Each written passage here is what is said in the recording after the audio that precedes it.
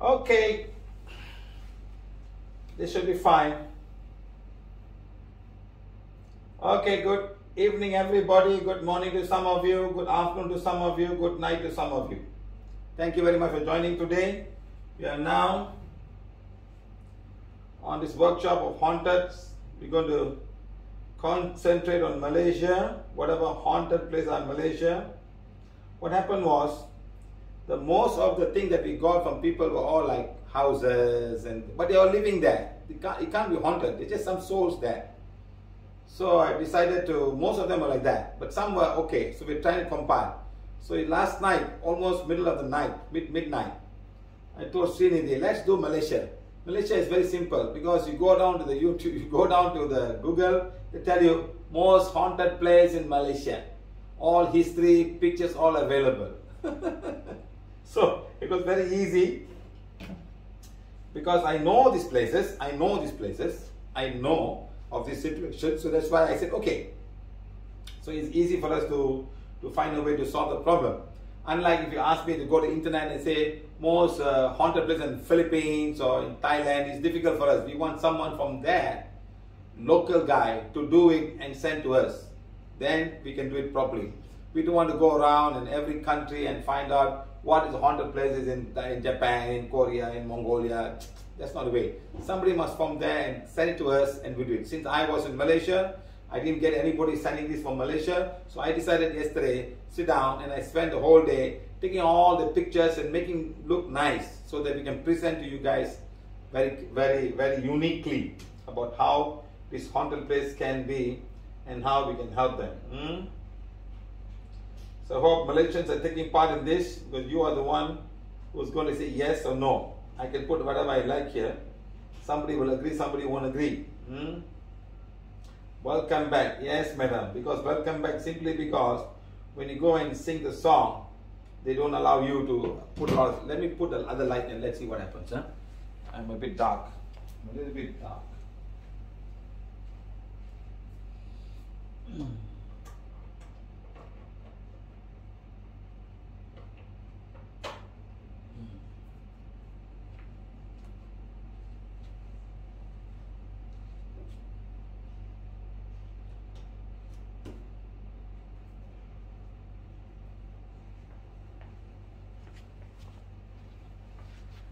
Okay, there's some extra lights now. The only problem is the lights are glaring on my eyes. Not really better, slightly better.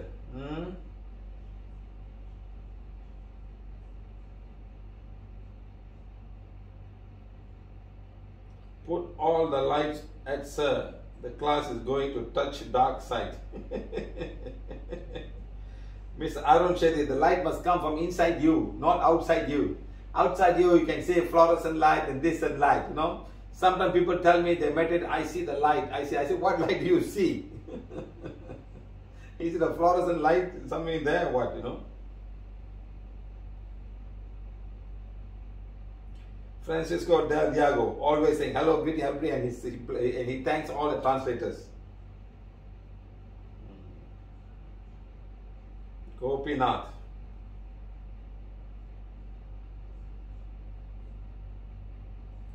Lechimi Kandasamy. Okay guys, let's start the class now. Remember guys, we want to finish it fast so we can all go to sleep. And this is, remember I put a big sign here, below 18, no entry.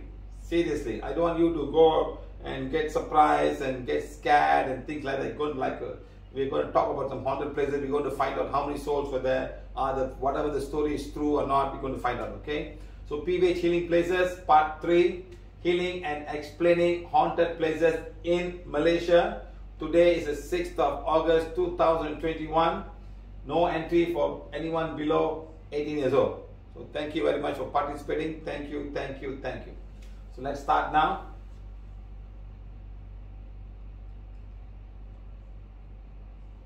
Not for children and the sensitive, okay? Not for the children and the sensitive. Some of you can be very sensitive when we talk about this kind of things, especially at night when you want to go to sleep. So remember this, not for children. So if you have children, ask them to go back home and sleep and do something else, go to the room. for the children and the sensitive. Okay. Now, no entry for people who are below 18. Not 18 below, no entry. Yeah? So if you are 18 and above, if you are very sensitive towards energy and you get scared and all that, do not enter this class. Okay. Thank you very much. Thank you. Thank you. Thank you. Now, PVH blessings and removal of dark energy and soul elevation. So we'll try to elevate as many souls as we possibly can. Let's see what. Okay. Let's see how we can do. Okay. Let's see. Oh, I forgot something, guys. Always getting something not there. I wish I could buy 2 of these things. 2. So one here, one there. Sometimes life becomes like that.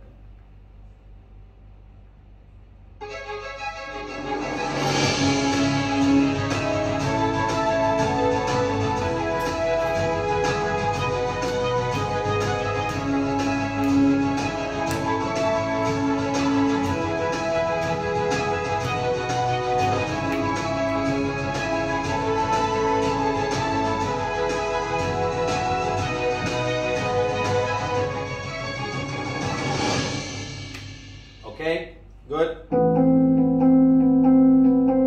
Remember this very careful. This presents the founder's view and does not support any individual belief system. Remember this. So don't go behind gossiping all. Okay.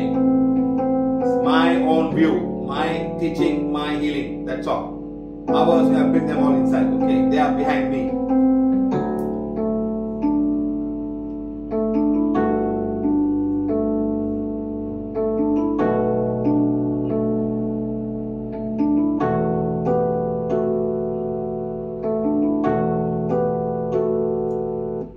Okay, good.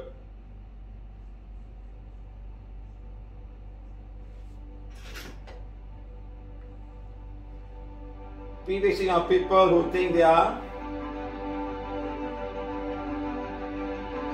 body, mind and soul. Now we're going to talk about no body but mind and soul. Today we're going to meet a lot of people who do not have the body, who still have the mind and the soul, and the mind is getting them stuck in this physical plane and they're not able to go up. Okay, that you need to understand. So mind, body, mind and soul, no more body now. Mind is still there, but the soul is stuck because of some reason. The mind is not allowing to go. Okay. Now my name is Sivakan Palani. I am an engineer by qualification, mechanical engineer, 1986. Mission to find a simple solution for the poor, the emotional and the mental. Next, and the spiritual. Become for 11 years teaching and healing, prana while healing. Traveling the world to teach and heal. Traveling the world to teach and heal. Right. Do's and don'ts, not necessary. Peace, no touch, no medicine, prana therapy. Anyone above 5 years old can learn and heal themselves and heal others as well. Do distant healing. Okay. Next, prana while healing. First of all, principle: the human body heals itself. Number 2, prana is required for the human body for healing itself. Next, the more the prana I have now. Now this prana that comes is blocked by many reasons. Okay. Right. Now our vision is we enrich aware family, the healthy and enjoy healthy life, the healing one. We believe all people are made in the image of God, can heal themselves easily. Our mission is have the birth of human prana while healing shall be made available to everyone regardless race and religion. Prana healing is for all. Every home should have a healing one. Next, every woman needs the healing one. Every woman needs the healing one. Okay? Right. We thank everyone for attending this workshop. Let's all make this workshop more meaningful so that everybody can understand and can participate. We can all talk today. Later on, you can call me right now and we can talk about this class. Don't talk about something else. Don't talk about knee pain and this pain and that pain. I'm not interested. Okay, let's talk about whatever going on here. Okay? Right. Let's start. Treat me like a brother, like a friend, like someone who may be able to help you. Like someone who may be able to help you in some way. Okay? Right. Good. Stop gossiping. Very important.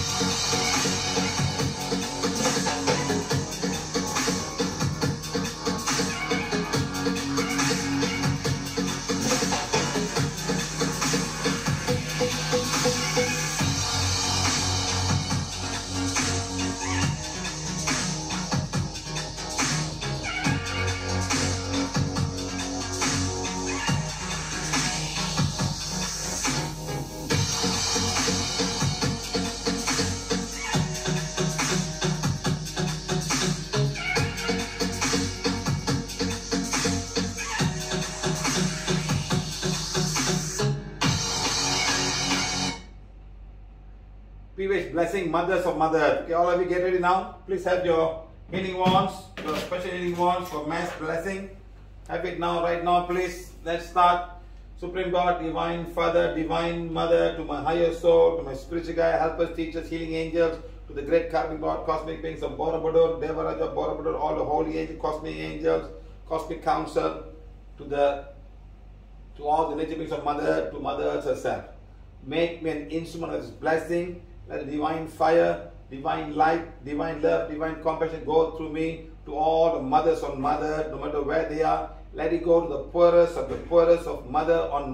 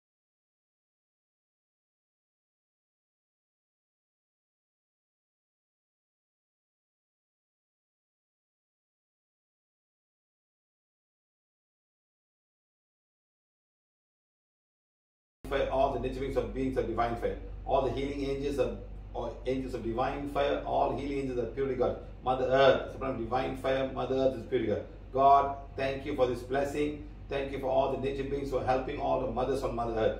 Thank you, thank you, thank you.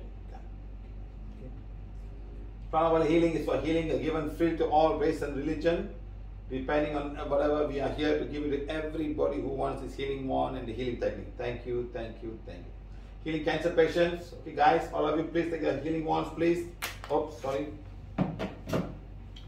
All the cancer patients, get ready now. Take your wands now. Take it one.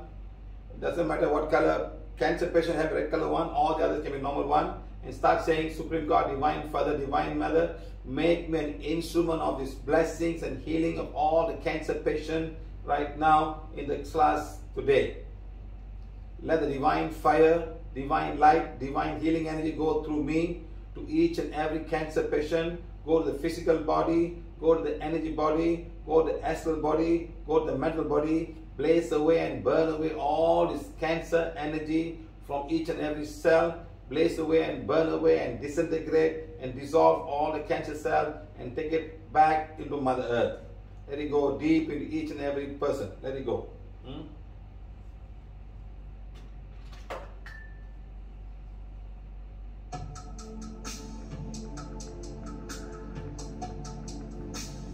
Let it go, right? Just rotate your wands, please.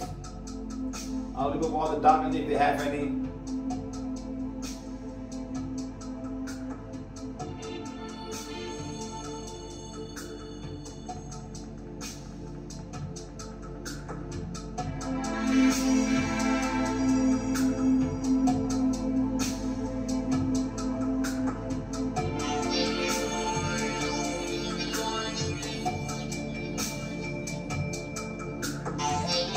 Divine fire go to each and every water droplets in the body. Let it go to each and every drop. Let every drop of water become the divine fire. Blaze away and burn away all the toxic energy, all the cancer energy of all the cells, and disintegrate them. Let it go to oxygen molecules in the body, in the blood system, and also the cells. Let them all be energized, oxidize, and clear away all the energy of these cells.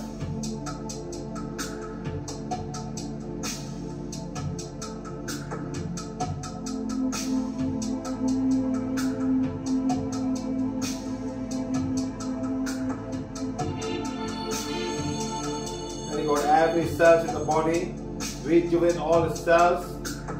If they've gone through a chemotherapy, rejuvenate all the cells.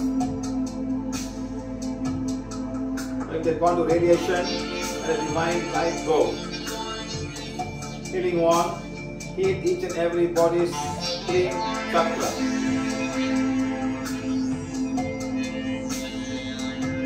Healing wand, energize the skin chakra, the abundance of healing energy to rejuvenate all the cells and disintegrate and dissolve all the cancer cells in the body.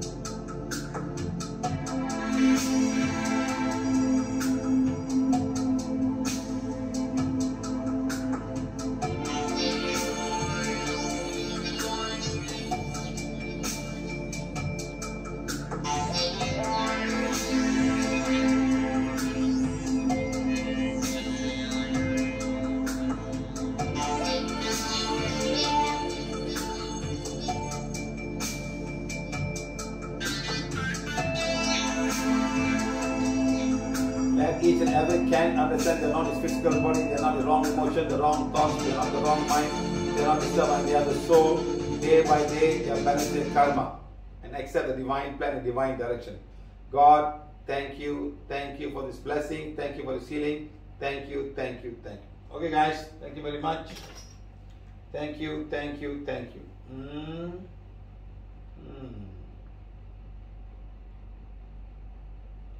Okay, PVH healing haunted place in Malaysia. Let's see what we can do. Healing haunted places in Malaysia. Healing places which may have negative energy. They may be clean, they may be there. Or the original plan was not there. New things have gone down there because they are haunted. They are all, no one goes down there. The thought from a people will create all of these things. Okay, guys. So maybe they became dirty after that, not before that. Okay. Let's see. Not for children and sensitive people. Again, we're telling you, no below 18 entry. No parental guidance here. No. Can be very serious. Okay. So no entry for children. Anyone above, below, no entry for below 18. Okay. Right. Now, Kelly's Castle. It's a castle in Perak in Batu Gajah area. If you go down there, you can see this castle. Built by a white man during the time when they were having a lot of rubber plantation. He built it, but he didn't complete it. Let's see. This elaborate mansion in Perak was built by a Scotsman, William Kelly Smith. So Kelly's Castle. It means like a big castle. It must be a rich fellow. But after he passed away from pneumonia, before it could be completed, it was left abandoned for over 80 years after his death before it became a well-known attraction for visitors in 2000. It had also racked up mysterious reputation with the discovery of 4 hidden tunnels under the house where over 70 workers were said to have died from the Spanish flu. While working, Spanish flu. This is the castle. The guy must have had a lot of money to build this, you know. It's not a joke. Must be very rich at that time, this guy. Wow. Seriously. He came all the way from Scotland to build this here. Of course, he must be working as he must have owned lots and lots of land. Rubber plantations, he must have owned them, you know. See, so beautifully made. Wow. Okay. On them. What you may experience or encounter. According to many who visited the mansion, Smith's restless spirit has been seen roaming a balcony that's now marked out with a plaque that reads ghostly goister balcony. While he didn't die in the house, his spirit is said to have remained here because his dream of building a mansion was never completed and later neglected. Okay. This is how the things were there. 3 other haunted spots in the mansion are known for unsightly encounters too. Smith's 6-year-old daughter has been seen wearing a all-white assembled and running around the abandoned bedroom. A worker of Smith's who died in the house is also said to haunt the laundry room, while the wine cellar that leads into the mysterious tunnel is also home to unidentified entities. Tourists have often gotten lost while exploring the underbellies of the mansion. The tunnels are no longer explored by visitors, but that hasn't stopped many from getting spooked out and feeling an eerie presence while walking along the corridor of this mansion. This is the balcony. Ghostly Goister balcony. Wow. It says William Kelly had died of pneumonia in Lisbon. He died in Lisbon, Portugal, and was buried in the British cemetery. Nevertheless, it is said that his spirit roams in night along with corridor guarding his great mansion.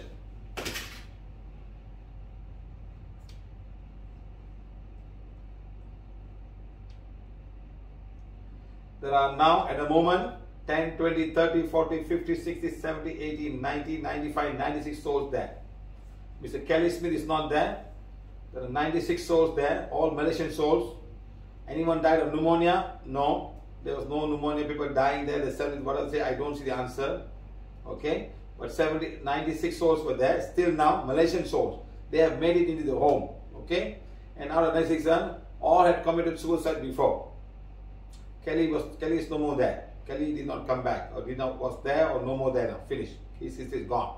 No children or whatsoever. It's all spooky stories to me. But there are 96 souls, all male souls, and all had committed suicide in the past 10, 20, 30, 40, 50, 60, 70, 80, 90 years. In 90 years, they all are there. They all, some of the communist society, they've all joined together. They all there as a big group. Okay, right. We will do this. We will heal them afterwards, huh? Let's see. That we will heal them afterwards, huh? Number 2, Mima Land. Do you all remember Malaysians? Do you all remember Mima Land? Do you remember Mima Land? I used to do those days when we were small boys. We couldn't go to Kuala Lumpur, no. So the school will have an excursion. That means they take us around and they let us go inside. And this was one time that we went. But we could only go inside. We had no money to play the games. Father gave 2 ringgit only for the lunch, for whatever you want to eat. You know, sometimes we packed and went. I think I remember I packed food and went for lunch. So I didn't have any money. So all the other guys were all enjoying all the water sports and things like that. But that was Mima Land. It was all a theme park, like a water park. Everybody was going down there and having fun. Okay? The story, Mima Land, shortened from Malaysia as Miniature Land, was Malaysia's first theme park that opened in 1975 in Gombak. Yes. It featured a sport park, water park, and a prehistoric animal park with life-size dinosaur that made it the must-visit place of every kid growing up in the 70s and 80s. Yeah, we went in the 70s. But a series of tragic mishaps plagued the park, including the Singaporean tourist. A Singaporean tourist death. This is the Mima Land's entrance. See how the entrance is now. See how after a while all these things become so haunted and things become like that. Because you probably made a park in a jungle where you didn't have permission. You know, so people do to take land from land that belonged to somebody else. Some of the souls will not be happy. They were probably living there, you know. And on a water slide and a landslide, a Singaporean died on a water slide and a landslide that damaged the same pool where the accident happened a year later. The park was forced to cease operation in 1994 because of security issues, after which the name entered many lists of haunted places in Malaysia. It's now left abandoned with remnants of the amusement park attraction scattered around, giving the whole area an eerie vibration. Yes, sir. Lots of souls here. 100, 200, 300, 400, 500, 600, 700, 800. Wow, it's going. 1,000, 2,000, 3,000, 4,000 souls are there. Wow, 4,000 souls. My friend, wow. All children souls. Wow. All children, no adults. All children, male and female, all type of race, all the children can find refuge there. They think like amusement park and they go down there. Wow. 1,000, 2,000, 3,000, 4,000, 100, 200, 300, 400, 500, 600. 4,600 souls are there. Whoa. Very interesting. What you may experience is encountered. The park has been counted as an abandoned Jurassic land in Malaysia. Jurassic land, yeah. Which has made it a magnet for those who want short shots with the dinosaur statue that has been left behind, and those who believe that the place is haunted. Local film Mima Land is a film which is 2020 horror film about a group of individuals filming a reality show at the park. Was also filmed here. During the filming, the crew experienced. This is how the park is right now. These are the dinosaurs that were there. They put in the jungle, you know. So you can go and have a look at them, how they look like. Probably they make some noise. This is a ghostly incident, including an unexplained attack of hysteria among 3 staff members, are reported by China press. Must be a Chinese movie there. So some of the news are not allowed to put all of these things, you know. You can watch the trailer of the film here to see more scenes of Mima Land's abandoned landscape. I did put, okay, now this is it, the truck is there. Now, Amber Court, number 3, Amber Court, Genting. The story, these rows of buildings of Genting Highlands was said to be a resort for those making a trip out of the hilltop entertainment city, but was later sold as apartment units after the financial crisis in 1997-1998, with the apartment 23 stories left largely unoccupied, coupled with red algae resembling blood on the building's facade. stories of suicide and paranormal activities inside apartment units, an abandoned area like this. Wow. Wow. Amber Court. This must have cost a lot of money for people, huh? All abundant. See all the algae grow on top because of the paintwork. See there is that place is up in the mountain is very, very moist. The moisture is at least 90%, 30, maybe about maybe 20 hours a day is about 90% humidity. And sometimes it's so humid, so 100%, most times 100%. So this humidity will go and attack the paint and start growing, algae will growing. So it's very important the kind of paint you choose and the surface preparation. In a place like this, to do some work on painting is not that easy. It's not easy at all. It's always humid. Sometimes the painting must be when it's dry. Otherwise there'll be lots of moisture on the wall and you put the moisture stuck inside and now look how they all grown up. Oh my God. This must be really, really funny. Amber Court. If the building have cropped up, what you may experience or encounter scrolls through the review section of this apartment complex, which is still occupied by tenants and operated as a homestay for curious individuals on Google and Agoda, and you see your share of paranormal stories from the guests. Some have cited a headless woman, while others have heard howling noises seemingly from women and slamming of doors. Whoa. Wow. You made a very good plan for this, but then all failed. My God, I'm not sure how many people got bankrupt because of this. A 2017 horror film, Haunted Hotel 2, directed by Malaysian director Royan Lee, was filmed here too. Furthering the claims of paranormal activities, a Penang-like actor who starred in the film and stayed at the apartment was reported by News Times as hearing knock sounds on the door. Hey, get up! What are you doing here? Huh? That's Amber Court. Number 4, Penang War Museum, Penang. Oh, sorry, I didn't tell you what is there. Huh? Here,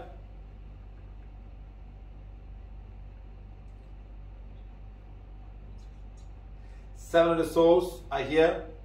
All have committed suicide. 7 souls are here, all committed, and all are female souls. No male souls, all female souls. Right now here, all female souls have committed suicide. All female souls, okay? At the end of the class, we'll call them out to come here, okay? Can't do it right now. Let me finish the classes. Penang War Museum, Penang. The story, this museum is Bukit Batu Muang, used to be a British fort in 1930s. Fast forward to World War II, the Japanese soldiers took over the site and converted it into a prison of war base. A lone soldier by the name of Tadish Suzuki is said to have carried out gruesome beheading and torture of the over 100 individuals with a samurai sword here. Yeah, this is what the Japanese do. They just cut people's head. What is wrong with these people? I don't understand. It's very sad. It's very sad, you know. They just go and cut people's head. You know, very funny. Why? Why cut head? It's very sad, very sad. So this was a fort, I think. It's all abandoned. This spot, now known as Ghost Hill, for the atrocity that took place here, was even included in the National Geographic documentary on the 10 scariest places to visit in Asia. Whoa! Penang War Museum is now located at the hill with dark tourism attractions such as display of plastic corpses and guillotines, creating haunting experience to the guests. Oh, this is the guillotine stand. Oh, where they make you stand and they cut your head with this Japanese guy. Okay? What you may experience is encounters, the presence of photos depicting the horrors of the bunkers ridden with dark tales of use to send shivers down your spine. But not just that, visitors of the museum are said to have heard sounds of human screaming echoing down the hills. Some have even seen apparatus of Suzuki wandering in tunnels in the museum. During the restoration of the area, employees have reported heard sounds of victims being tortured and disembodied, voices echoing down the bunkers too. Wow. Like a tunnel, huh?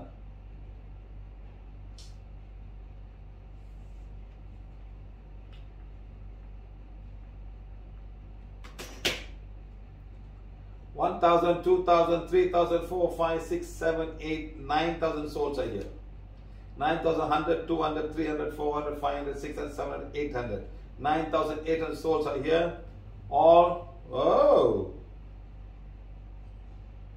Japanese soldiers. Oh. All Japanese soldiers. No Malaysians. No white man. They are very ferocious. They think the war is on. All Japanese, all samurai having sword. That means all the Japanese who came, who died, they've all gone and joined them there, and they are not going back to Japan.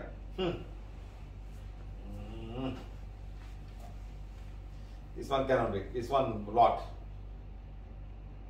9,000, 100, 200, 300, 400, 500, 600. 9,800 souls are here right now.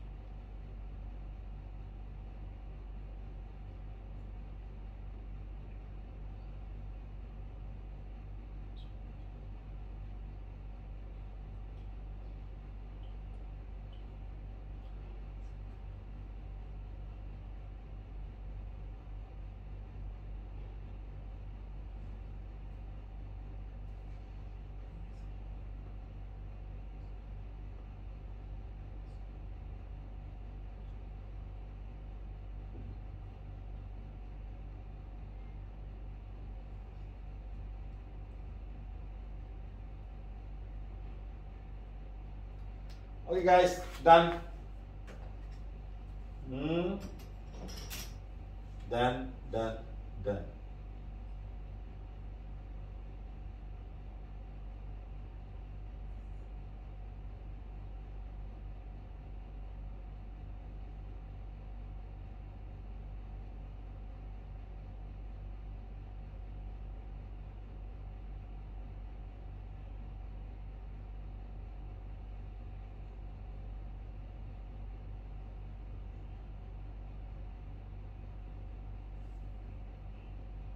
Okay.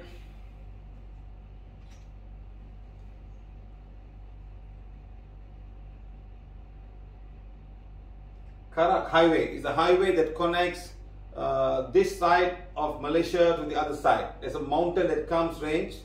Okay, so they have to go through some tunnels and go down. Up in this mountains is where you find the Genting and Amber Court. So we have to go up the thing, and some of the roads are very windy and some of them very steep and can be very dangerous. Okay, in Malaysia we believe some stretch of these roads are haunted and accidents are created by these souls. Believe it or not. Okay, I'm telling you this.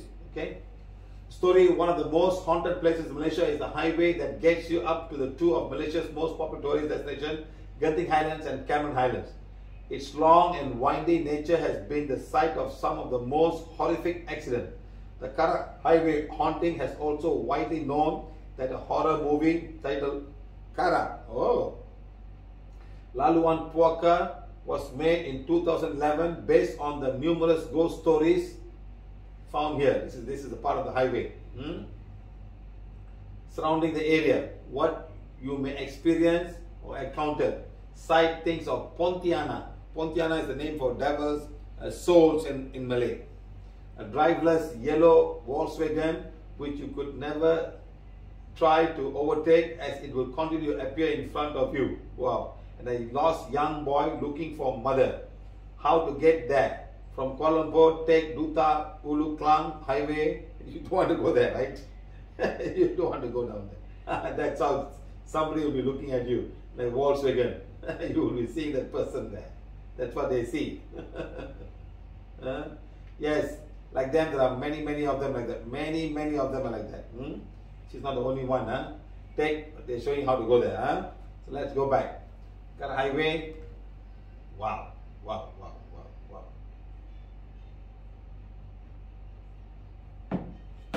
Guys, there's a lot of souls there, guys. Not one, not two, many. And many of them are Aborigines. Many of these souls are Aborigines. This place is for Aborigine land. This land belongs to Aborigines. A lot of local Aborigines are there. Most of the souls, they are very angry. They are very angry for all of these things. They never pay them tribute. And they are very angry. They are all very ancient. In fact, they are causing this accident and they are holding the souls in captivity with them. A lot of them are captivated. There are lots of souls down there. Many souls for the past 10, 20, 25, 26 years. Aboriginal souls who are holding on this, and they are the one creating accident because you're trespassing my area. They will call it my sacred land or whatever it is. Let me clean this place now.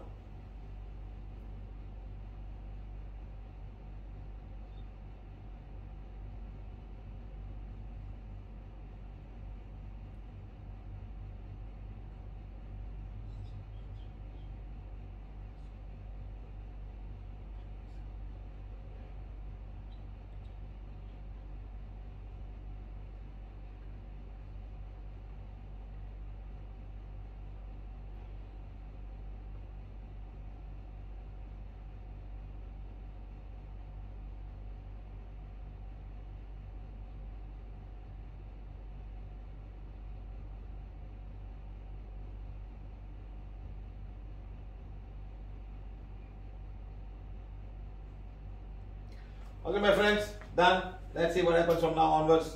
It's clear now. All are gone. Let's see. Villa Nabila, Johor Bahru. The story, famous seafront Villa Nabila in Johor is rumored to be the location where a jealous maid took the lives of a wealthy family that once lived there in order to inherit the heirloom. The bodies were said to be buried somewhere in the compound but never found. Whoa! The villa is so popular that a movie titled Villa Nabila was produced in 2015 based on the real event that happened there. Okay. Oh, this is a villa. So they're saying that it's a national thing. Something to do with national. They found a lot of soul, and someone read an article in the newspaper about this place. A very serious article. Okay. And the Chinese will say Villa Nabila in Chinese. Okay. Exploring the wilderness inside the haunted Villa Nabila. There are 1, 2, 3, 4, 5, 6, 7, 8, 9, 10, 11 souls. All from the same family. Plus the maid. Yes. The story of the maid is true. Yes. Yes. Yes. Yes. So 1, 2, 3, 4, 5, 6, 7, 8, 9, 10, 11 souls. All Malay people. They are there. All are there. Okay. Right. They'll come to them later. Now that's how the villa is right now up in the mountains. This mystery. Kenapa Villa Nabila? Why? They ask you the question, why have you not broken this down? Sometimes you cannot break this down because the souls will be there. You cannot even enter. They will create a lot of issues. They ask you why you are not breaking this down. Okay?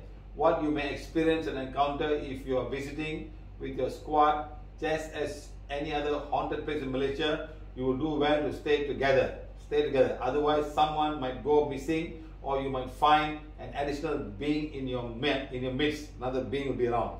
There have been reported sightings of lady dressed in white too. Hey, all white.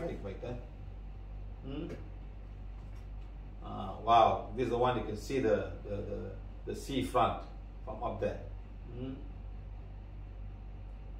Wow, really all the things are growing, you know. Hilang, that means lost in Villa Nabila, lost. Haunted, real story of Nabila. Healing haunted places number 3,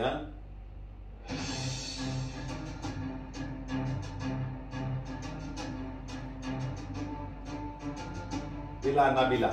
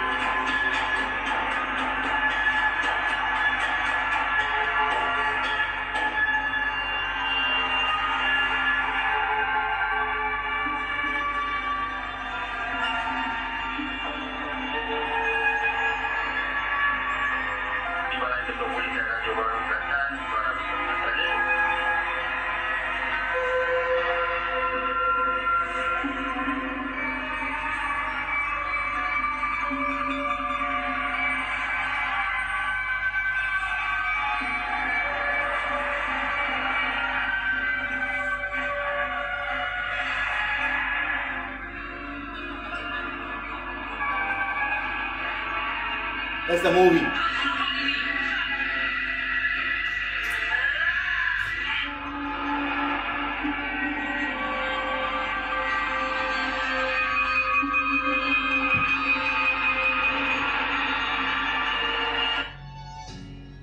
Okay.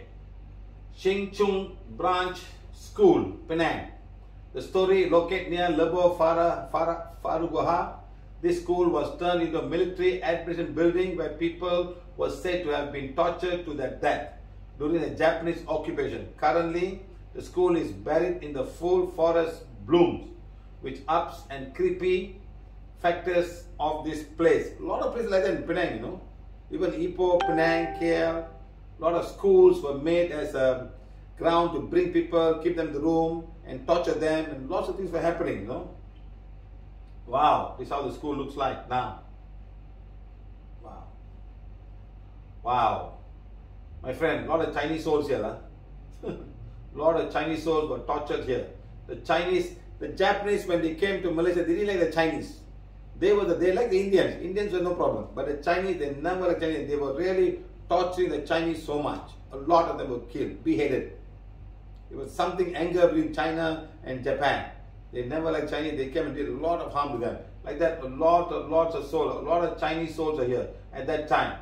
10, 20, 30, 40, 50, 60, 70, 80, 90 years. 90 years of souls are all stuck here. 90 years souls all stuck for 90 years. Okay? 1,000, 2,000, 3,000, 4,000, 5,000 souls. Okay? Now man, we'll heal them afterwards. Okay? Once we heal, then you can go and break this place and do whatever you want.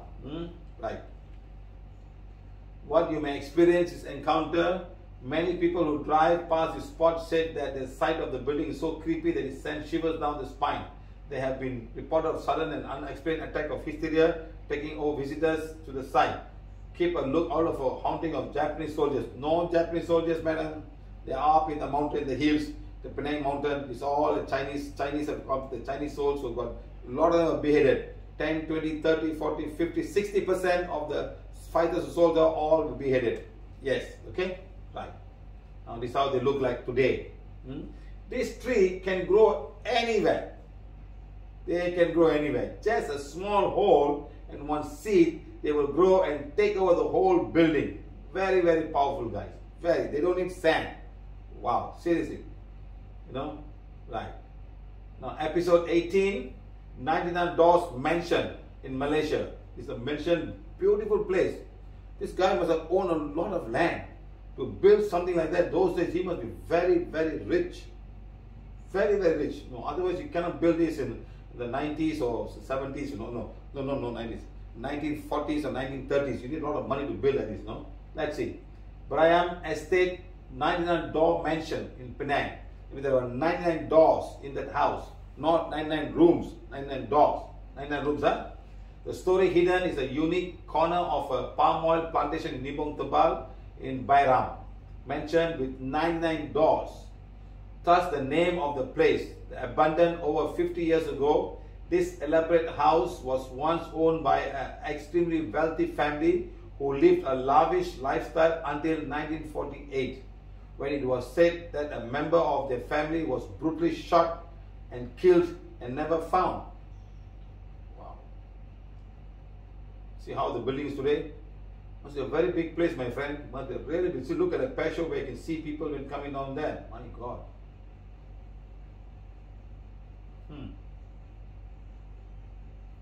After the mansion was abandoned, it was reported that a famous local witch doctor used the site as a medium to contact the unseen. The violence and paranormal activity that the house has seen primed it for the spooky status that it is now, among other haunted places in Malaysia. What you may experience or encounter, some local reported having heard inhuman growlings and unexplained sounds coming from the surrounding area of the building. So people still go and write graffiti all, huh? But Tamil writing also. Tamil first went there. Locals will not stay within the area past sundown for fear of meeting one of the witch doctor's evil spirit. Some people are said to have seen encounters possession. Investigators have also reported feeling of overwhelming by an evil presence. fleeing, and even before carrying out their duties. Rumor says that there are 100 doors in the mansion that lead to the world of spirit. Oh, the 100th door. That means 99 doors there. The 100th door will lead to the spiritual world that opens only at a specific time of the day.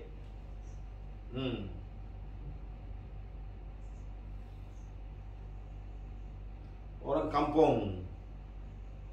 They are saying that the people who live around there, the locals, can hear noise of making sounds of drums and things like that. You know, something even like a wolf, They're saying like a wolf screaming there.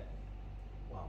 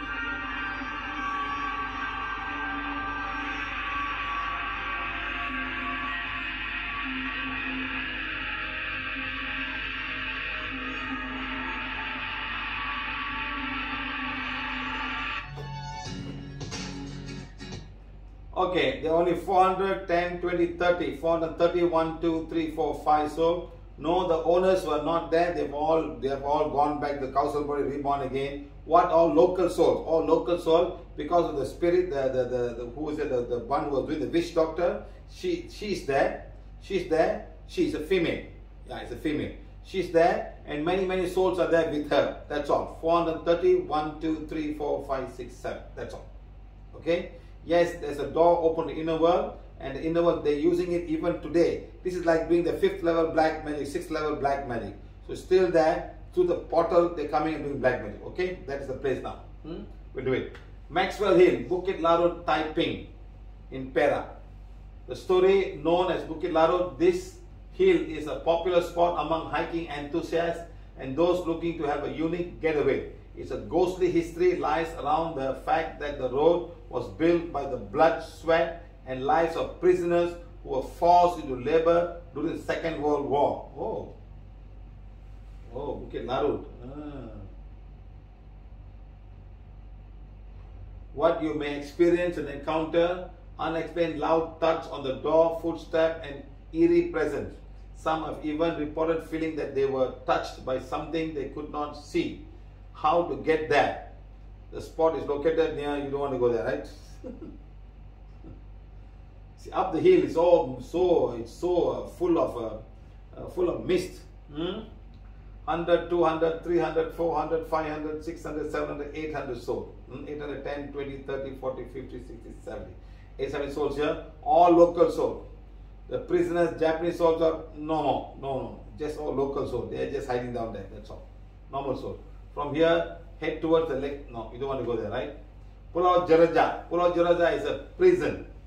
Prison where people go down. It's an island like the prisoners, like the one in New York. No? What's the name of New York? I forgot the name. There's an island where all the guys will go down there and they stay in the prison. They cannot escape, you know. And some of them do escape. Few guys said, once you escape, you're free to go, like that. So this is what there's a Malaysian Pulau Jeraja. I can't remember. It's in somewhere in New York. Anyone remember the name of the prison there? Anyone knows?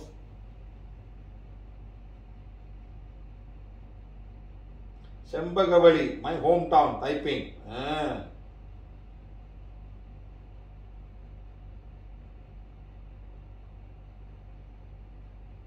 Audrey, Malaysia, who was murdered at Dayabumi underpass. Wow, superb place. Bayam Estate. Are you from Bayam Estate, madam? There's so many estates like Estate, Cardinal Estate, near the Bayam site estate, and this angry people estate living in poverty and addiction. One temple priest was murdered in the Amun temple in the Caledonia. Wondering is a temple priest was murdered by those witch doctors. Yes, sir. Yes. Today we get a lot of local guys and they're telling you, no. Yes, Alcatraz. This is the Malaysian Alcatraz. Pulau Jeraja is the Malaysian Alcatraz. Who is this? Ranji Kaur. Yes, Ranjita. Correct. Maxwell Hill. Yes. Alcatraz is the island. So now this is the Malaysian Alcatraz. Pulau Jeraja, Penang. Okay. This small island, of course, of Penang, which is now a popular weekend getaway. Can you imagine? You want to go and get away in this kind of place? How many people got murdered there? So much of suffering, so much of pain. Innocent people wanting to take revenge. So difficult, you know. Some maybe I'm not sure whether they hang people there or not. You know, used to be house people infected with leproscopy in the late 19th century from 1869 to it was turned on in a prison rehabilitation center to the house those who were supposed the most hardcore criminals. The island was said to be surrounded by sharks. I don't think so. And inmates who tried to escape were bitten to the marine animal, were eaten by the marine. No. If you can swim across, the sharks won't eat you. They just simply showing all the story. This is why it was, Pulau Jeraja, those days, how the prison will be there. What you may experience and encounter, fishermen and visitors have reported numerous sightings of spirits unable to find peace after suffering an unwilling departure from this world. Many people also reported feeling shrouded in the unsettling aura after stepping foot in the area. How to get that? You don't want to get that. Okay, in that place, 100, 200, 300, 400, wow, 6, 7, 8, 900 souls are there. That's all male souls. 900 male souls, all race are there. Still remembering the past and they want to be there. Okay, don't worry, guys. We're sending you all back. In Jalan Turi, Kuala Lumpur, the story in 1992, a murder of 2 U.S. citizen children of Indian descent. Oh, U.S. citizen, but Indian, very young, 1992, of Indian descent, and they made headlines in newspaper. A 25-year-old security guard was detained to assist in investigation, and he was later convicted and eventually hanged in 2002 for murdering the victims and hiding their bodies in the sewage tank behind the house. Oh my God. Oh. Wow. You see, these guys will grow anywhere. You don't cut them, they'll cover the whole house. I wish this house was for sale. We can go and buy the house, you know. We can buy the house and turn it into PVH center. We should do that. Anyone knows where this place is, Jalan Turi? Ask the owners of the house. We'll buy the house, renovate it, pay the quick rent, and survive. Okay? What you may experience in an encounter, visitors who are now demolished. Oh, it's now demolished bungalow. Okay. Kim would have found that it was littered with belongings of the former occupants, school books and more, with claims of black magic practice in the building coupled with gruesome death. The site is a localization of recurring haunting. Address, Jalan Turi. Okay, I know the address. Let me go and find out whether we can buy the place or not. Cheap. Make a PV center. 1, 2, 3. 3 souls are there, my friend. Yes, 3 souls. 1, 2, 3. Children, and 1 lady soul. Must be the mother who passed on, or I don't know. 2 small children and 1 lady soul are there. Only 3 souls are there. They cannot go. They're stuck in the place of the horror that happened. So we'll elevate the souls right now.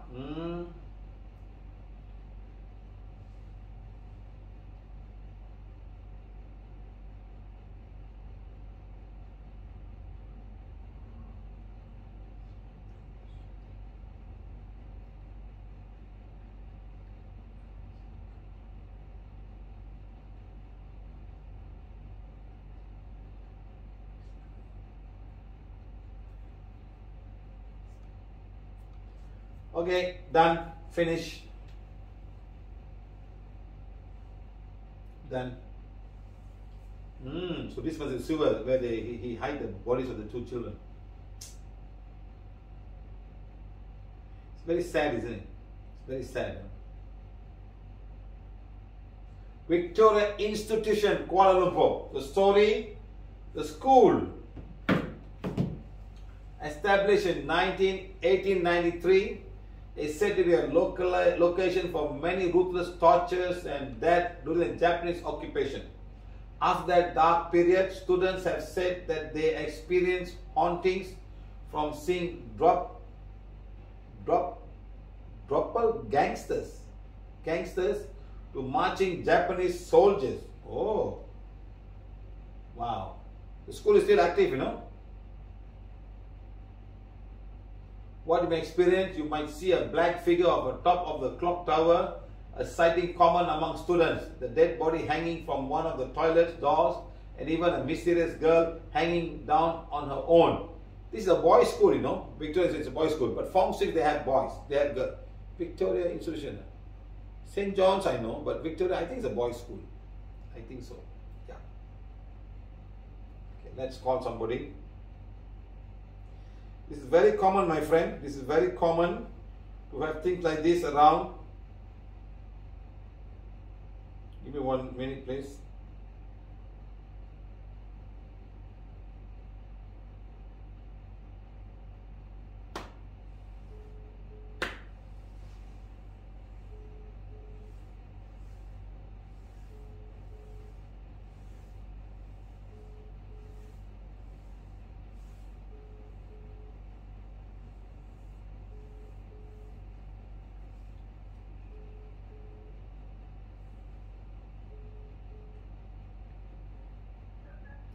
Madam, Yes. where is your daughter Sangeeta, madam? Main convent. No, where is she now? School. Where is she? Here. Give the phone to her. Oh, okay, hold on. Sangeeta? This girl is another girl in Ipoh. Same problem from the same school, a different school. Same thing. Hello, sir. I'm here. Hey, do you remember I came to you, how old were you? 17 years or 16 years old?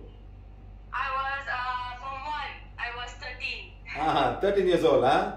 Your father and mother Yes. called me up to help you. What was the problem? Do you remember? Yes, I remember clearly. What was going on?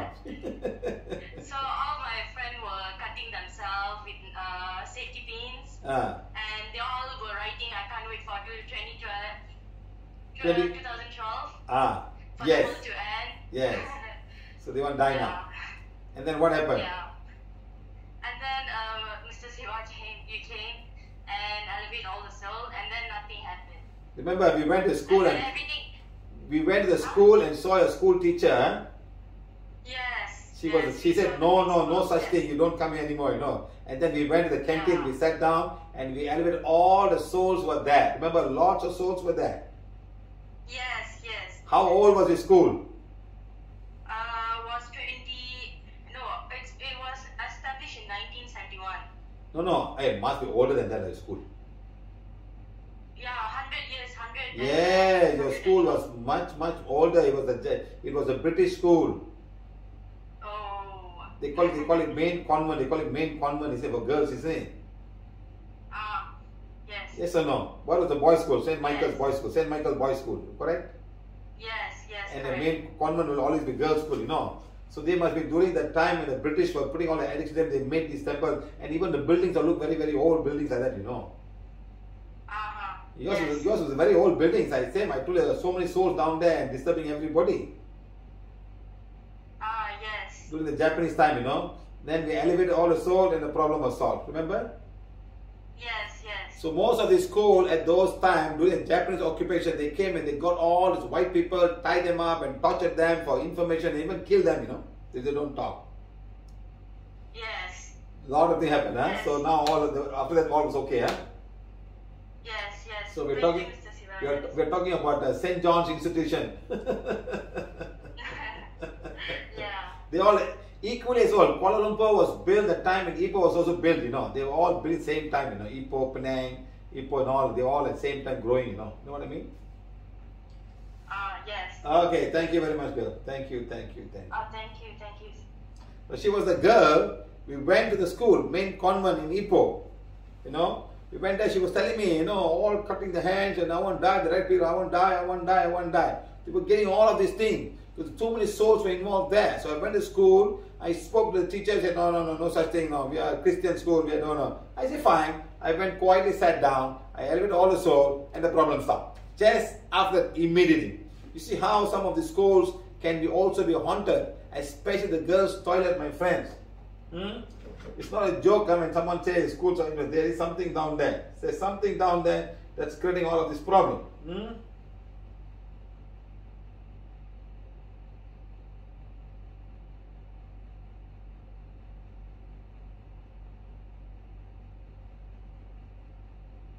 Okay, now Bukit Tungku, Kuala Lumpur. Story, an upmarket area in Kuala Lumpur, where a place where Tunku Abdul Rahman called home. This was the first Prime Minister of Malaysia. He fought with the independence, he was there, and he became the Prime Minister. This place is where one wouldn't expect anything sinister or paranormal. Yes, but as is an abandoned mansion, the assumption that the area is clean would be almost ridiculous. Indeed, there is many unverified accounts about supernatural beings haunting and abandoning this building. Oh, wait, hold on. Wow, this is a big building, huh? Was it built by the British when they left? They must have given the first Prime Minister to stay there. What you experience and encounter, some residents claim have seen a ghost rider taking a joyride around the area in the middle of the night, only to disappear around a bend. They've also seen sighting of regular resident ghosts such as Pontianas. Address is this place. Wow, look at the place now. Sir, only one soul there. Only one soul. One male soul. Wow. You won't believe this. The name of that man, he's dead. That's all. Just one soul, my friend. That is the man who I mentioned the name just now.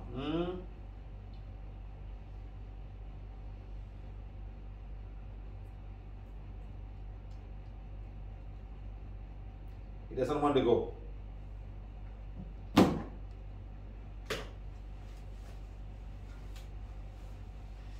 He wants to stay.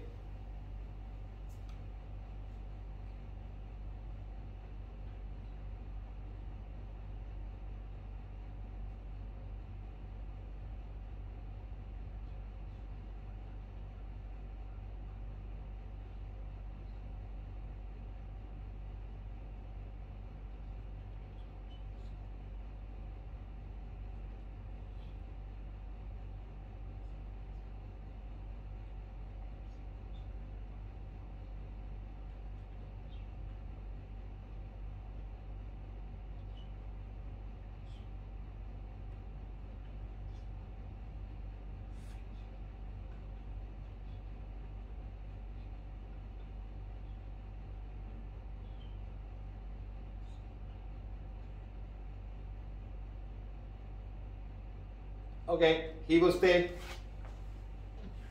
Then he will stay. Highland Towers. It's a tower built. These were the first towers were built in Malaysia. One of the first towers. Very famous, very elite. You know, built those days. There were 4 towers. 1, 2, 3, 4 towers. And because of landslide, one tower just fell down. Just fell down, crumbled, and they couldn't find any. They couldn't help anybody. They could not help anybody. They were all stuck in the buildings. They couldn't find. It was happened in the year 1993, and today and last year they went and visited this place, and this is how they look like, all growing. The Highland Towers collapsed on 11 December. I still remember that. In 1993, in Taman Hillview, Ulu Klang, Selangor, Malaysia, tower blocks 1 collapsed from a major landslide caused by heavy rain that burst diversion pipes. The Highland Towers consists of 1 12-story buildings or blocks. 12-story buildings or blocks. Right. So this is how they look like. Very, very famous place. Those days, a lot of people were staying there. and today is totally abandoned. Totally abandoned. The 25 years since the Highland Towers happened, okay, this is how the building was, just crumble, like a jigsaw puzzle, and people were crushed inside the buildings, and they couldn't take them out. It's still like that. It's still like that. I'm not sure they took anybody out or not. I'm not sure they took anybody out. This was those days, that time. See how small the people are, how big this building was. And the other three were also there. And today, people all left the whole place and it's just abandoned. See how the building just collapsed that time. Wow. Healing haunted places, number 4.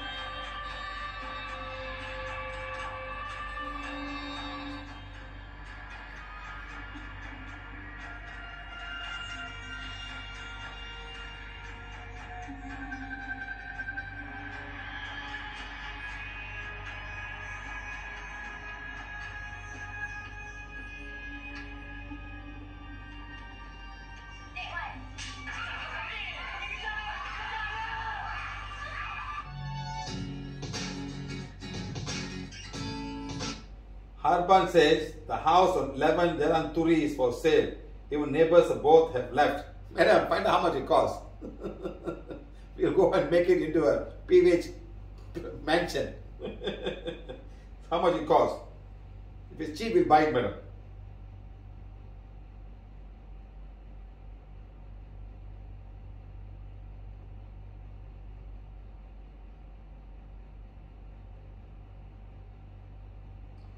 Okay, right now in that place,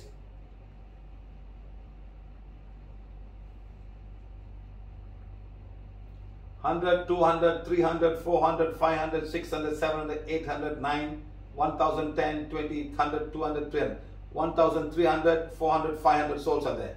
1,500 souls are there. Their family members, the souls, only the people to do with that building. The family members who passed on have gone to them as well. So 1,500 souls are there in the building right now. And someone said in the thing, they only rescued a maid. Only a maid could be rescued. Otherwise, everybody was perished or somewhere dying down deep inside them. That's it. They couldn't go inside and remove any one of them. All collapsed. So how would have died? Children and family members and maids and everything. This was a very high-class building at that time. This was the only high-rise building those days, the 4 towers, you know, and one collapsed.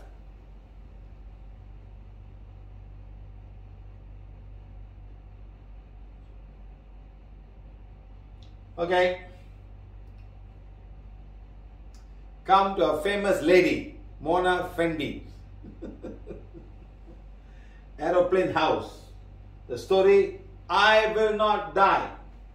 I will never die. That's what she said. Saya tidak akan mati. I will never die. These were the famous last words of Mona Fendi, who was charged with the murder of politician Mazlan Idris, a well-known witch doctor. Mona and her husband hacked to death and partially skinned that politician. Seriously, I don't know why. The duo was subsequently sentenced to the gallows. The husband and wife both went to the gallows for hanging. This is Mona Fendi. Okay, she's here now.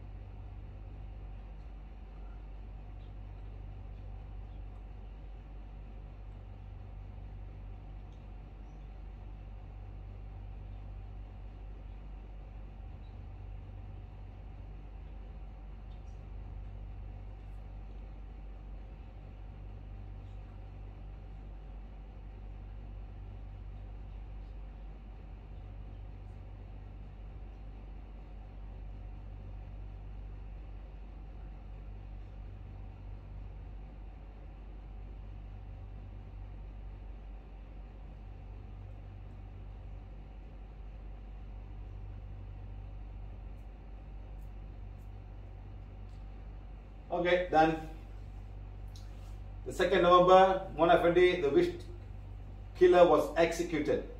2001, so it has been about 21 years since she have died. She's no more now. She's finished, she's gone now, okay? Quite pretty looking, eh? Why did she do this for? Can be a good wife, isn't it? See how? Even in the prison that she's at, they can hear the noise of her in the prison, the lockup, you know. They can hear the noise of the prison. Because whenever you're a witch, you're connected to the dark side. The dark side will use you to do a lot of things. They will use you to do a lot of dark things. That's how it works, my friends. Seriously. You can be very, very careful. Now, Gali Ruma, that means she cut these people up. She cut that man up. She may cut more than one people. She cut 1, 2, 3, 4, 5, 6, 7, 8, 9, 10, 11. 11 people have died. This is the one they found. Others maybe they couldn't find. Or she won't tell you. Okay? And she cut and she buried him in their own house. They can even see the hand.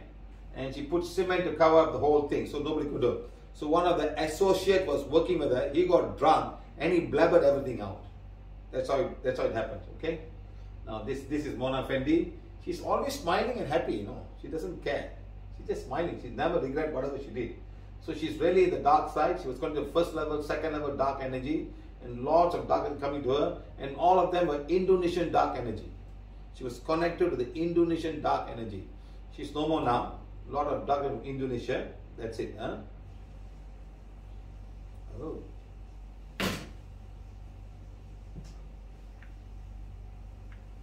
Hello.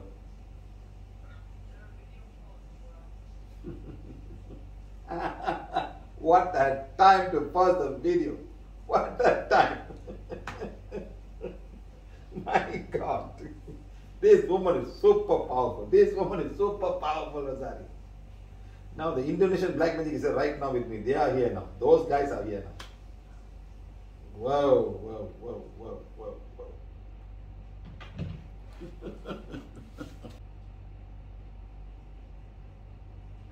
Guys, she's a very, very powerful soul. Now, I've connected through her to the Indonesian black magic that she was using. They've all come down now. They have come down now and finding out what happened.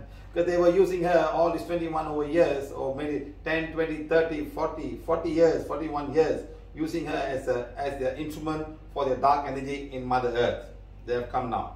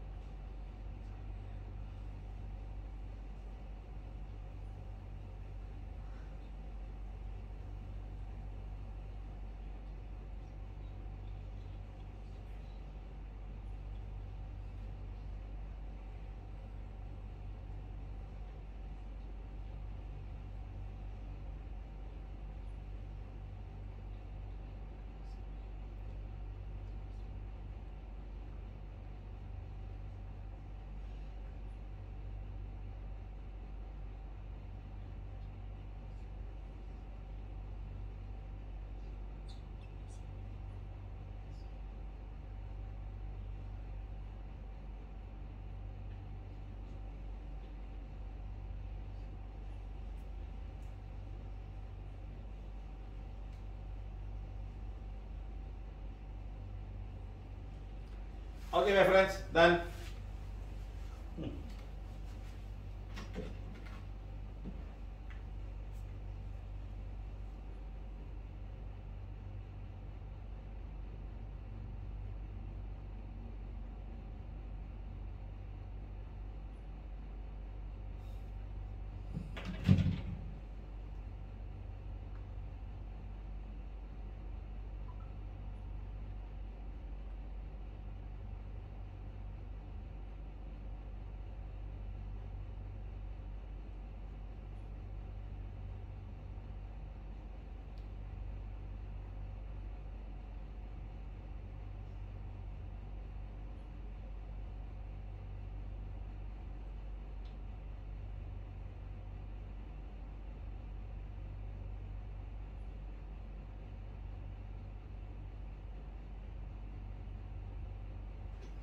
Okay, let's done. Okay, let's go now. So this is where she put all of the body parts of these people, and these are the accomplices who helped her. This is the graveyard now. So the graveyard is there. They have all been buried now. They have all been hanged. This is Mona Fendi. So this is where she put all of the body parts of these people, and these are the accomplices. Okay. Mona Fendi. What you may experience or encounter while there aren't any reports of people encountering supernatural events in her house, it is still the scene of gruesome murder. Paraplegic from her black magic rituals reportedly remains in her abandoned house. Is anyone owning the house now? Let's buy the house. Now this is how they cut the guy. They cut him here, cut him all the joints. They cut him all the joints, cut, and they push it down. Exactly what they cut. They found pieces like that. An illustration of how Mazlan Idris was chopped up. You know, there are more people. There were 11 people in total. This one they found, maybe others they couldn't find. They never say anything about it, no? A lot of rituals happening with sacrifice, human sacrifice. Okay? Like. This is her, number one.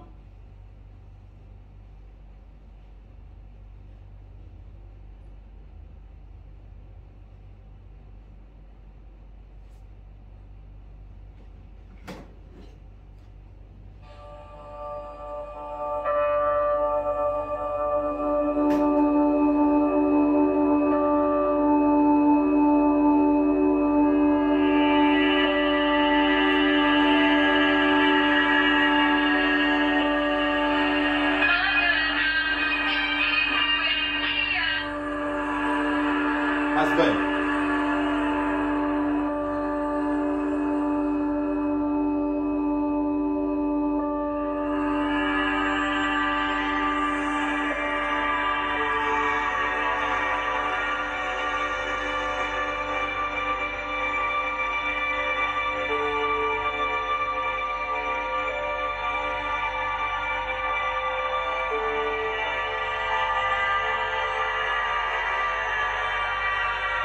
The man who was killed.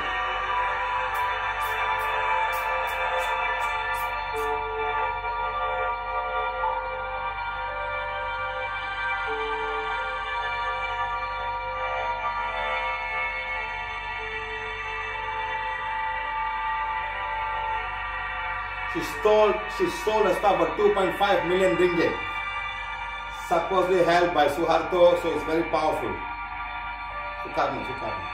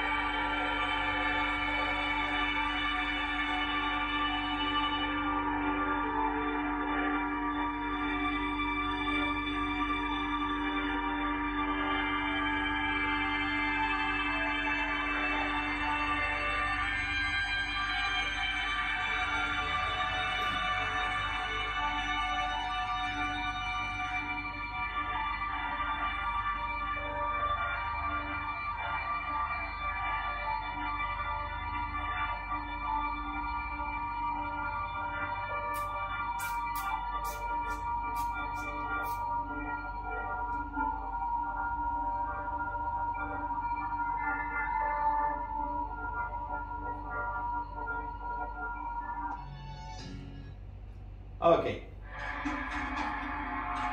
All the haunted places in Malaysia.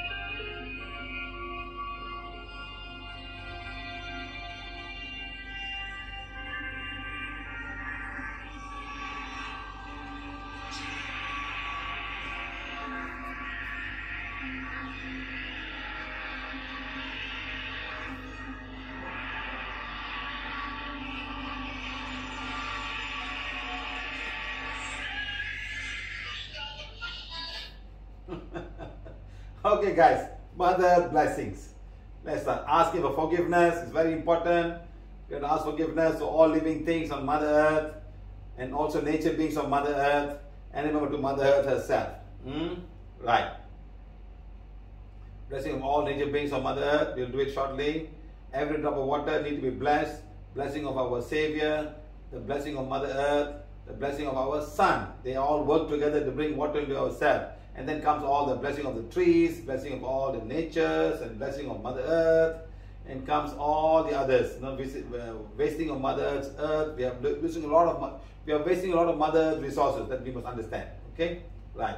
Blessing Madagascar for rain. Remember, we have to bless Mother Earth rain. This video will make you grateful for the simplest food you have in your life. Because you are about to see the most shocking foods people are forced to eat. In Haiti, hungry children and adults make cookies out of mud. A mixture of dirt, butter and salt, all so they can fill up their stomachs. Instead of stealing, we would rather make mud cookies to try and feed our kids. And in case you're wondering how it tastes, mud cookies are very hard to swallow, they have no nutritional value, and they're definitely not sweet. Next on the list, Madagascar. The 8th poorest country in the world, this is what the most desperate would call dinner. And no, the food is not inside it. The white clay used to make this vase is what people are forced to eat. They turn it into powder, mix it with tamarind sauce, and eat this mixture as is. And sadly, eating this every day could lead to big health issues. If we had something to eat, if our saliva was enough, we would never eat this. Now, for the poorest people in Venezuela, they buy meat, except they can only afford rotten meat. Because of the incredibly bad recession, food prices there have gone up, leaving the poorest people with no choice but to risk their health to survive, eating smelly, rotting, almost poisonous meat. But in the Philippines, the opposite is true.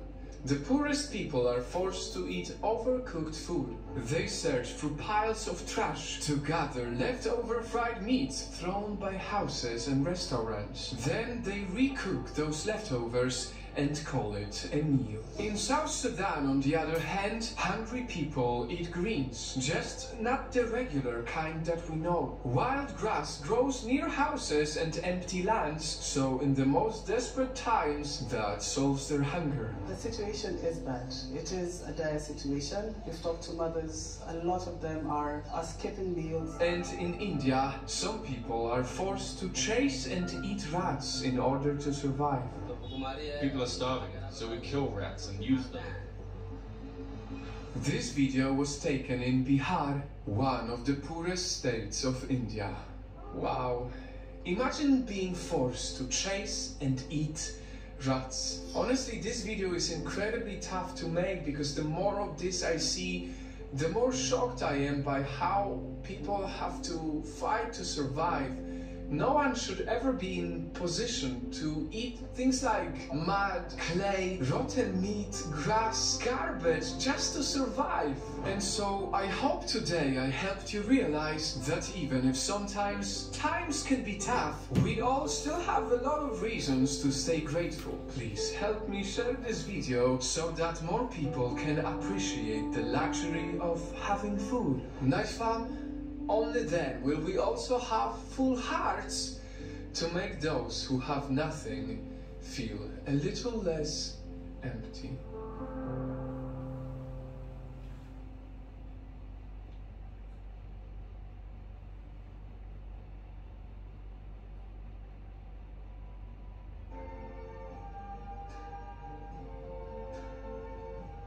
I see trees of green, red roses too.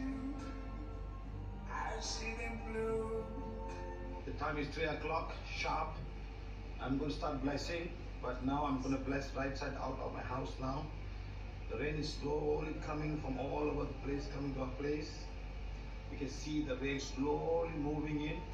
I don't even see real dark clouds, but the rain is there. How nice. And all the clouds are shedding away all the rains and giving us water droplets. The rains are just nearby. Maybe less now, right now. You can see the rain right in front of my house. See the rain now. Wow. Wow. I can feel the rain droplets. God, thank you, thank you, thank you. Each and every drop of rain is a drop of divine fire. Each drop of rain is the purity God desires. Each drop of rain is a drop of divine fire. Each drop of rain is the purity God desires. Thank you, thank you, thank you. I wish you go to each and every country, each and every place, to cleanse all the negativity that Mother Earth has right now, from all the negative thoughts of people about everything going on today, about the government, about the people, about the virus and everything. Thank you, thank you, thank you. Each drop of water is a drop of divine fire. Let each drop of water become a divine fire. Absorb all the negativity and disintegrate them as you become the divine fire. Each drop and drop of water is a drop of divine fire. Each drop of water is a purity God desires. Each drop of water is so bright, but there's rain. Wow, how wonderful. God, thank you, thank you, thank you. The lots of country who needs you. You can see the drop of rain right in front of my hand. Wow, thank you, thank you, thank you. They're so nice, they're so small. Each drop of water is a drop of divine fire. Each drop of water is the purity God desires. Each drop of water is a drop of divine fire. Each drop of water is the purity God desires. Each drop of water is a drop of divine fire. Each drop of water is a purity God desires. Each drop of water becomes the divine fire. Go everywhere, blaze away and burn away, absorb all the negativity.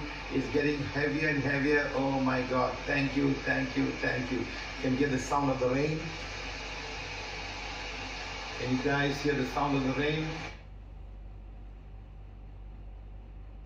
I am the ocean. I'm water. I'm most of this planet. I shaped it. Every stream, every cloud, and every raindrop, it all comes back to me. One way or another, every living thing here needs me. I'm the source. I'm what they crawled out of. Humans, they're no different. I don't owe them a thing. I give, they take, but I can always take back. That's just the way it's always been.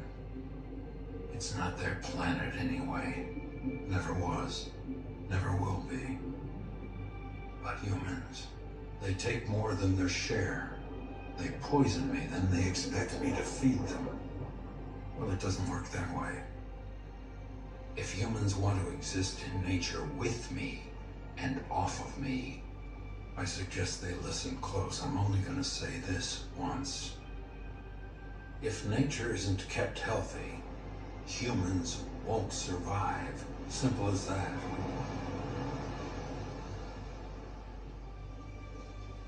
Me, I could give a damn with or without humans. I'm the ocean. I covered this entire planet once, and I can always cover it again. That's all I have to say.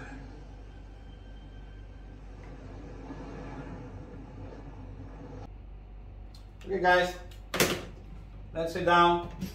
Let's do all the blessings now. Have your wands, please. Okay. Please have your wands, my friends. Are you guys ready? Take the wand. Start saying, I'm a being of divine fire. I am the purity God desires. My soul is soul of divine fire. My soul is the purity God desires. Put it in front of you guys now. Say, all the souls we were speaking today about this class are souls of divine fire. All the souls were involved in this class today are the purity God desires. All the souls from all of these 100 places are beings of divine fire. All the souls who are involved in this class today are the purity God desires. All the souls who are involved in this class today are beings of divine fire. All the souls who are involved today are the purity God desires. God, thank you, thank you, thank you. Or just put in front and say, I am a being of divine fire. I am the purity. Just say that I am a being of divine fire. I am the purity God desires. I am a being of divine fire. I just keep on saying that right now.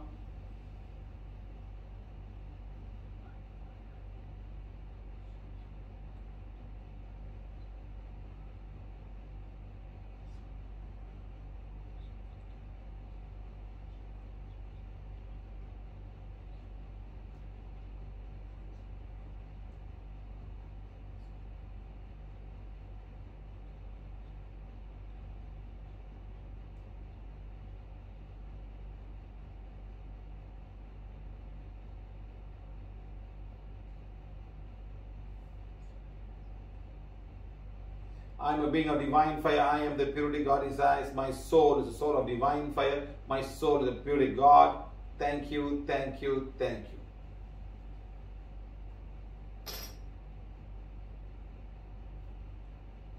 All of you put hands out now, please. All of you put hands out now. Put your hands out right now.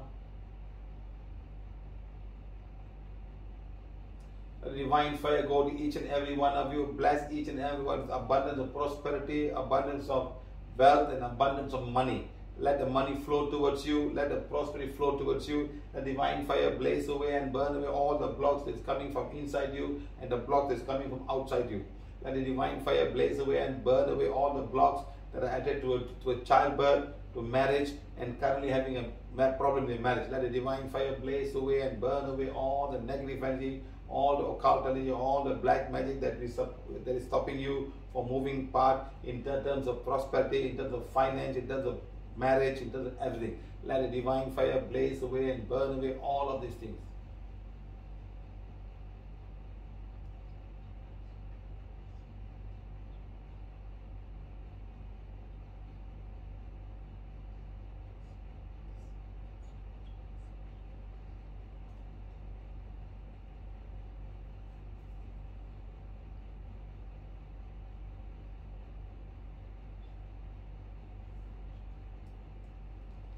Okay, my friends, thank you very much for coming to today's class.